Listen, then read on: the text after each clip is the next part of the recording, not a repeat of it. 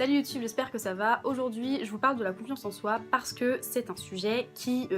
m'intéresse beaucoup, qui me concerne, qui est hyper important pour moi et je pense hyper important pour pas mal d'entre vous. Ça parle à tout le monde, ce genre de choses, et que tout le monde est plus ou moins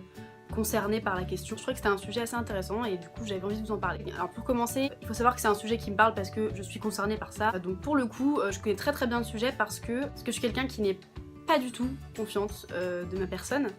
et depuis très longtemps. En fait, alors je pense clairement que ne pas avoir confiance en soi c'est pas inné. Je reviens pas au monde hyper sûr de soi ou pas du tout. Je pense que c'est les gens qui croisent ta route, qui t'influencent un petit peu et qui finissent par te faire croire que t'es nul, que t'es bonne à rien ou t'es moche ou ce que tu veux, ou alors à l'inverse qui te poussent vers le haut et qui te font plein de compliments tout le temps et qui voient le meilleur. Oui, mon chien est toujours là. Qui essaye de voir le meilleur en toi et qui du coup te donne confiance en toi pour l'avenir. Et alors dans mon cas, ça a été toute une succession de périodes avec des gens qui ont été hyper méchants avec moi, sans pour autant faire le Calimero non plus, mais quand j'étais toute petite, il y a une personne de ma famille, par exemple, qui était très négative sur plein de choses et du coup elle était très souvent énervée contre moi pour zéro raison, elle en voulait à la terre entière pour plein de trucs. Ouais, elle était toujours en colère contre moi spécifiquement pour plein de trucs dont je ne sais toujours pas la raison. Et donc ça a créé en moi une sorte d'incompréhension. Je me suis toujours posé la question pourquoi c'était moi la personne visée et pas d'autres personnes. Du coup, depuis très jeune, j'ai l'impression que tout ce que je fais est mal. Voilà, en gros, on va résumer ça comme ça. Ensuite, il y a eu la période du collège et de la primaire. Alors en primaire, je me faisais emmerder par plein de nanas. Je pense que les gens ne m'aiment pas au premier abord parce que j'ai pris cher plein de fois. Je jouais très souvent toute seule et du coup, ça a été un peu chaud. Enfin,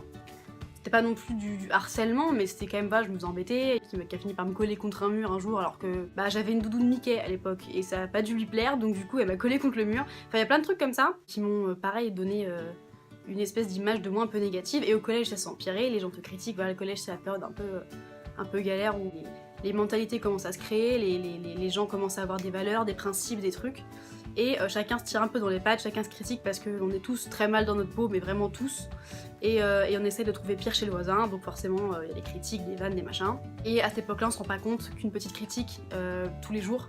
ça peut faire beaucoup de mal. Alors il y a des gens qui sont harcelés bien plus que moi par exemple, mais parce que j'ai pas été harcelée, hein, c'était juste des vannes régulières, mais voilà, c'était pas non plus du harcèlement au point de vraiment gâcher ma vie. Mais c'est vrai que quand on y repense, plein de petits trucs à droite à gauche résonnent encore dans ma tête maintenant. Quand t'as une bande de gamins qui rigolent de toi ou qui dessinent des personnages de toi sur les murs du gymnase, comme ça a été mon cas,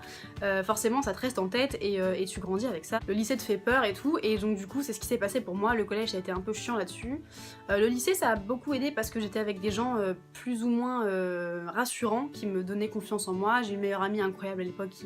qui m'a aidé à reprendre confiance en moi, qui m'a aidé à plus me voir comme une espèce de truc un peu moche, un peu nul quoi. Alors je vais pas parler de trucs physiques du style les complexes et tout parce que c'est vachement long et je pense que je ferai une autre vidéo là-dessus, mais je voulais parler au moins déjà en premier de la confiance en soi psychologique parce que je pense que c'est le début. Et ensuite s'installent les complexes, tout ça. Et donc le lycée, ça a été vachement plus rassurant pour moi parce que j'étais avec des gens un peu plus matures qu'au collège. Ensuite, la vie d'adulte, entre guillemets, donc voilà, vous connaissez ma condition, vous savez que je suis chez moi pour l'instant et tout et tout. Et du coup, pareil, le fait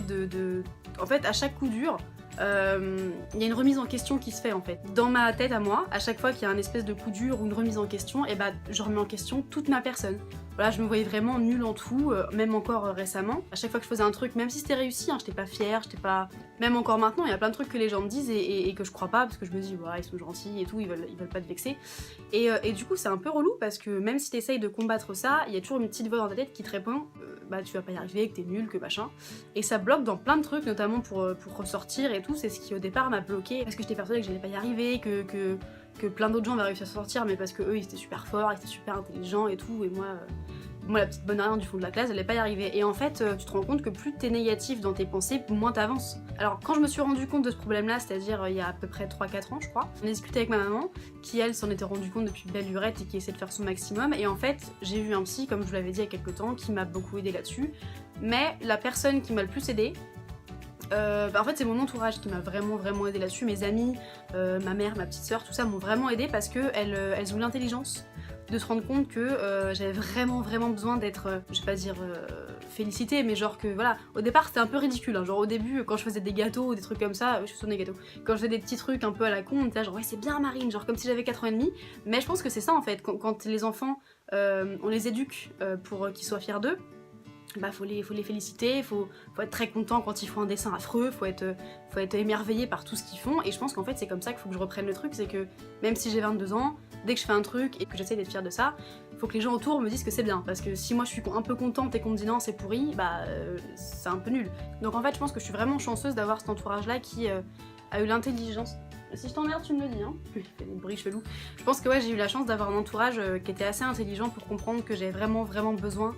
de soutien, de remarques que je fais des trucs bien, qu'on me dise que voilà, que je suis pas nulle, que je suis pas bête, que je suis pas... Ouais, ce que je veux dire. Mais c'est pas facile parce que c'était vraiment très ancré, et encore maintenant j'ai plein de rechutes, genre quand je suis dans des périodes un peu déprimantes ou des trucs comme ça, que je suis pas forcément en forme comme plein de gens. En fait parfois c'est très compliqué de se persuader qu'on est bon en quelque chose. Par exemple si je fais un tableau ou quelque chose comme ça, même si je le trouve beau, il y a toujours une petite voix dans ma tête qui va me dire ouais mais t'aurais pu faire mieux parce que regarde l'autre à côté elle a fait mieux, tu vois, donc c'est pas terrible. Et donc c'est ça qui est très énervant, c'est que du coup